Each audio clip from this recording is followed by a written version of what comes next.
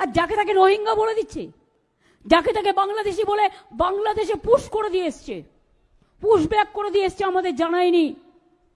তাদের কাছে ration card আছে, তাদের কাছে আইডি কার্ড আছে, তাদের কাছে জমির দলিল আছে, তাদের কাছে আধার কার্ড আছে, তাদের কাছে প্যান কার্ড আছে।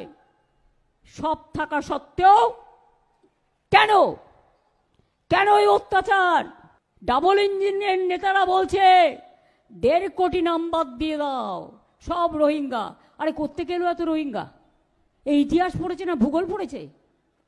ইউনাইটেড নেশনস বলেছিল কয়েক বছর আগে সব শুদ্ধ রোহিঙ্গার সংখ্যা হচ্ছে 10 লাখ। এখন নয় ভেরিয়ে ধরলাম 17 লাখ।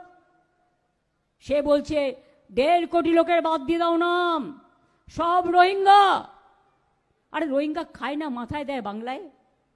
আমি তো নিজেই জানি না, ওরা থাকে মায়ানমারে। আর ওদের 9 লক্ষ লোক এখনো আছে বাংলাদেশ ক্যাম্পে, যতদূর আমরা কাগজের মাধ্যমে জেনেছি। আর অন্য দেশের ব্যাপারে ইন্টারফেয়ার করার অধিকার বা চর্চা বা ক্ষমতা আমার নেই, আমি কখনো করিও না।